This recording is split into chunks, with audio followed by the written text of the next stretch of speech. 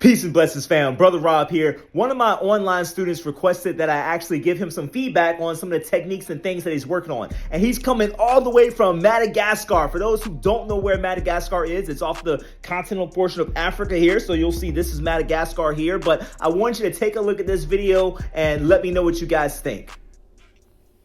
All right, so the first thing you'll notice, and you actually correct this later on, is that you're leaning forward a little bit in your stance, but then you kind of sit back, which is great. Yeah, I want your stance nice and even between both feet, which is good. The only issue is that your stance is very square, right? You don't really have a front hand or a rear hand. Both hands are pretty much even, and your shoulders are essentially even. So we call this stance very square. Which makes you more of a easier target. Now here on your front hand punch here, you are telegraphing, right? So you see your front hand is dropping and ever so slightly, right? But it drops, it lowers right before it goes. The other thing I want you to pay attention to here is your rear hand. Your defending hand is not really going to protect your chin where it is. It's kind of close to your shoulder. Especially the palm, which is really the part of the hand that you're going to utilize. Notice that your palm, your hand is essentially right in your shoulder here, so that's not going to do very well to protect yourself. Also, I'm highlighting here your rear foot. Your rear foot is not rotating as much, and you need that rear foot to rotate more in order to rotate your hips, okay? Again, you're coming back to that square stance here. Now, in this case, you came back to the square stance because it actually makes it easier to throw that front hand punch because you're able to wind it up without winding it up, essentially, because you're more square, so that means your front hand is further back. So that's the biggest thing is you need more rotation, turning that back foot more. Now here you rotate quite a bit on your rear punch, probably rotating too much, and then your rear hand, your lead hand that's defending your face is too far away from your face. So if you have to take a punch right there, that punch is going to hit your knuckle, hit your hand or arm into your own body there. Now here you're slanted again. Here I mentioned you're rotating too much. I should be able to see your nose and not the back of your head. You're going to see the side of your head more so. But the back of the head is an issue because it's a blind spot. Now here on the hook, your hand's moving away from the face, so it opens you up right there, and then you're punching too far across the center, okay? Too far across center. You don't need to punch that far over because the further over you punch like this, the longer it's going to take you to come back with your second or third punch, right? So don't go too far over with that hook punch. It does look really good right here. And that it's even, but again, you went too far. Your fist should be lined up with your elbow. In this case, your fist is past your elbow. Here, your backhand dropped in the process of throwing this punch. The hand was up, and then this is a big issue throughout the entire training. Is that on your rear punch, you are dropping your front hand, and then on the hook here, notice after you hit the pad, look where the pad is and how low your arm is. Your arm is very, very low against the pad. So there's going to be a constant theme throughout the training is that the dropping of the hands, okay? So you see the rear hand dropped again. You see your front hand is dropped here when you're throwing the rear punch, and then you'll see when you throw the hook. Again, after you hit the pad, your hand drops. Okay, and that's going to make your recovery time slower. To come back to your fighting position will take you a lot longer. So you're going to get countered right here. He's going to come right over top. So your pad holder needs to hit you right here. Okay, your pad holder needs to check you and let you know, hey, you need to bring your hand back to your face as quick as possible.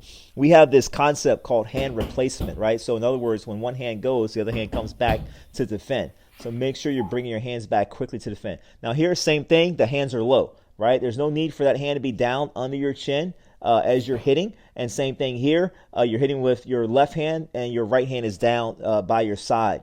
That shouldn't be the case. You need to bring your hands up where you think you could potentially get hit, right? So your hands could be anywhere around your chin, face, head, okay? Wherever you think it is, you might get hit, but it's probably not going to be around the body. So that's kind of the biggest thing here is keeping the hands up. But the footwork overall, it doesn't look too bad. Footwork looks very good. This is actually some of the best footwork in the video because you have a very nice low stance here. And the head movement is actually pretty good. So good head movement, and then keep your hands up with the head movement. Now here on the kick is an issue because your leg is straight, your knee is straight, your body is too curved, and then your hands do drop a lot. So this is something you have to work on. This also, you're chambering the kick, so your knee is too far bent. It's a 90-degree angle almost, and then you extend. And then you've got the straight leg here. So your knee needs to be higher than the pad, higher than the target. And then, so that's when you'll make contact with the target, with the knee past the target, and then you'll extend actually as you kick on the way down. Your footwork is a little bit slow as well. I need you to speed this up a little bit on the kick. Okay, so here we're working kind of the hook or roundhouse kick. Again, hands are down. This is on the recovery of the kick. No need for the hands to be down here. So try to keep the hands up. You see how you drop that front hand right there as you're about to kick. Again, same thing. No need to do that. Try to control the arms. Here, you can rotate the foot a little bit more. We typically rotate the foot more to get more power. The more you rotate that standing foot, the more your hips are going to rotate. And the more your hips rotate, the more you're going to be able to rotate into that kick. Same thing, more rotation here on the foot. Your heel really should be facing the target or facing the opponent, and your toes facing away. Again, you don't need to swing your arms out too much. We typically keep more of a longer guard, a longer spear as we're throwing the kick. Again, also focus on the recovery. Bring your kick back a lot faster. Kind of rebound off the target. Bring that back faster. Just because you hit the target doesn't mean that your opponent's not walking through that or coming back to hit you as well. Okay, so those are kind of some of the things to keep in mind here as we go to the next technique. Now, here on the side kick, recovery, right? So see where you are. This is where you're going to get hit, okay? Because you kicked, but maybe you missed the guy, right? That's where you're going to get hit because you're not coming back in a good posture. Again, be mindful where the hands are. You're not, doesn't look like you're looking at the target. Your head is away, and I want you to point the toes down and connect with the heel. Again, this hand is down. No need for that hand to be down. It actually went down. See how the hands are moving down quite a bit as you're flaring out with the kick. But I do want you to make sure you're still looking at the target. It looks like you are here for the most part. But mindful of the recovery. As you come back to your stance, it's very, very slow. You need to come back to your fighting posture as quick as possible. Now here, ideally, you want to throw yourself into the kick. In other words, you want the kick to land before your standing foot lands, before your standing foot hits the ground. So this is what I'm talking about in terms of the speed and the footwork. So instead of stepping with your back foot, you need to kind of sweep or slide forward. Now here, same thing, dropping the backhand as you throw the front hand. No need to do that. A good boxer will counter you right there. Same posture we talked about here on that front kick. The leg is too straight. Hands were down. Here you're leaning forward and the hand is down. So try not to lean forward on your punches either. Here you're very upright.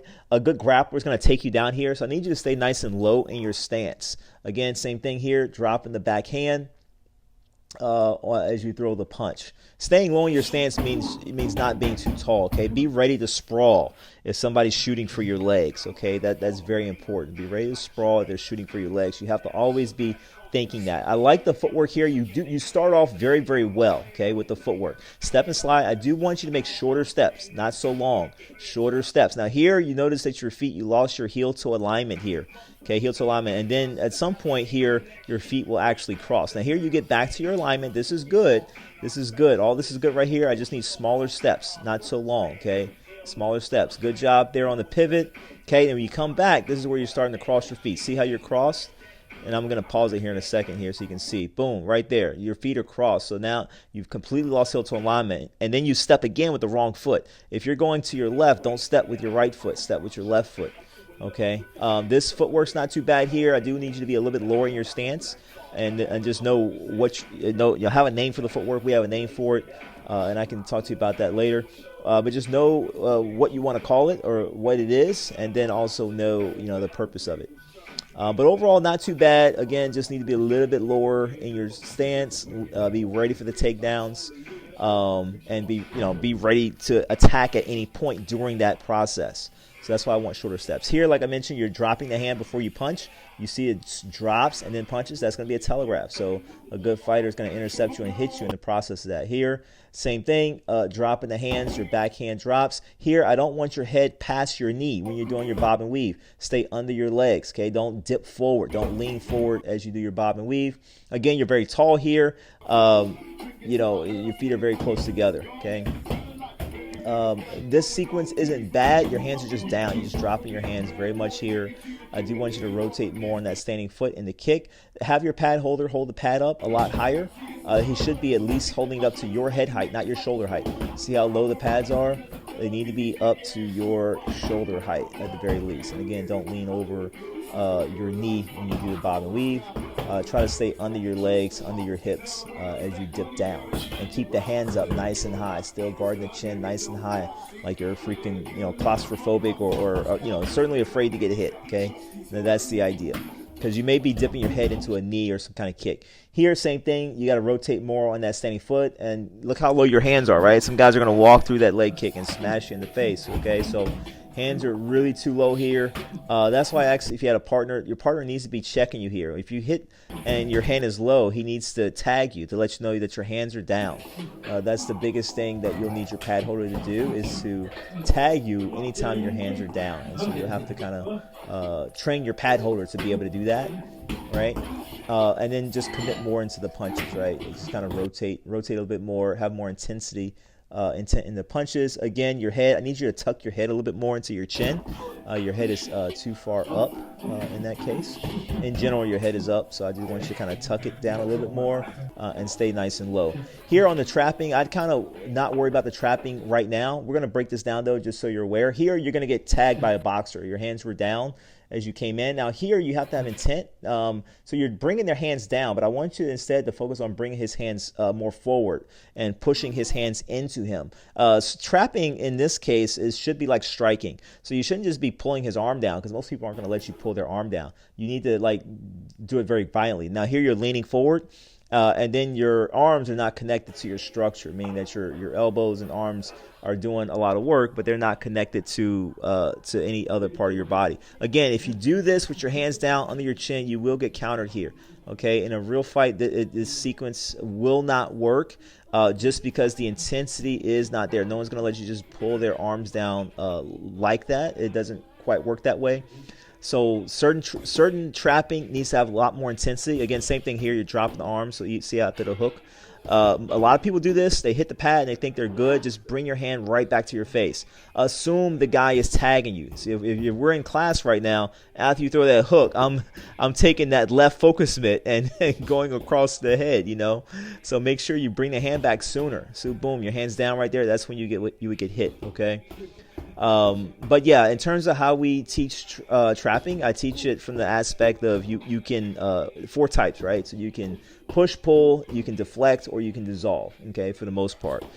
In the case, what you were utilizing was more pushing and pulling. So you're trying to push his hands or pull his hands away. You just need more intensity in that, right? So if you're going to push. I'm interrupting myself, but I just saw this. Don't drop the hand on the uppercut. Don't lower the hand on the uppercut. You need to smash. You need to smash through it, right? And if you're going to pull his arm away, again, it needs to have a lot more intensity, because people are not going to let you do that. So make sure your partner is giving you a little bit more resistance, but train it slowly, right? Don't injure yourself. Careful throwing your arms. I want to make sure you're bringing your arms back to your face. What's more important than punching is defending, okay? So make sure that you bring your hands back to your face, hand replacement, right? So as soon as it goes out and it's done its mission, bring it right back as soon as possible to defend yourself.